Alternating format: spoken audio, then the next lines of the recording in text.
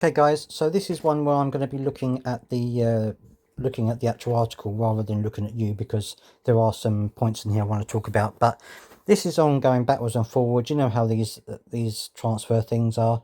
I wasn't even going to cover it because I thought this is just, it's another swing in the other direction. But because it's in the Standard and because there's actual talk from the Lazio people themselves, that's the reason why I'm going to mention this. But I'm not expecting anything until he actually holds that shirt up and says he's a Crystal Palace player. There are also a couple of reservations that I want to talk about as well. So it says, Lazio vent fury at great rudeness as Daichi Kamada closes in on Crystal Palace move.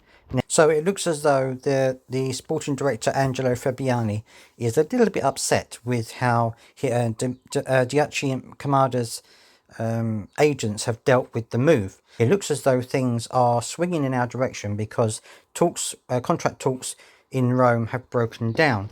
Kamada is understood to agree personal terms with Lazio, but was unwilling to agree to their proposed release clause of 17 million.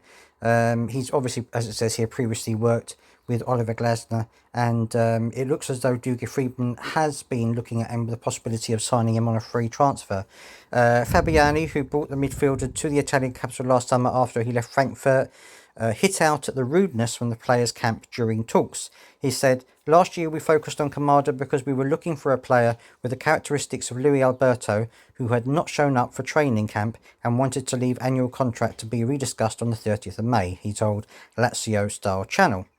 He goes on to say, yesterday, the time for renewal expired and they asked us to propose the same conditions again, but we found ourselves faced with something unexpected, great rudeness. I don't let anyone blackmail me, I calmly said that I wasn't interested in discussing this extortion. These gentlemen, agents and footballers must understand that whoever comes to Lazio must embrace the project and love Lazio." So there's a couple of things here which concern me. Obviously, there's a lot of to and fro in, so I'm taking this with a pinch of salt. I'm not expecting him to sign for us unless I see that he's got that shirt in his hand and it's being officially announced by the club. My other concern is that if he's doing this to Lazio, what's to stop him doing it to Crystal Palace next season? He's obviously wants to move on, or he wants a better contract from Lazio, and Lazio are saying no. He may then decide to come to Crystal Palace, but then who's to say that he's not going to start causing the same kind of trouble at Crystal Palace that he started causing here. And I know that Dougie Friedman and Steve Parish like to have good character and good, a good reputation along with a good player. So it remains to be seen what's going on here.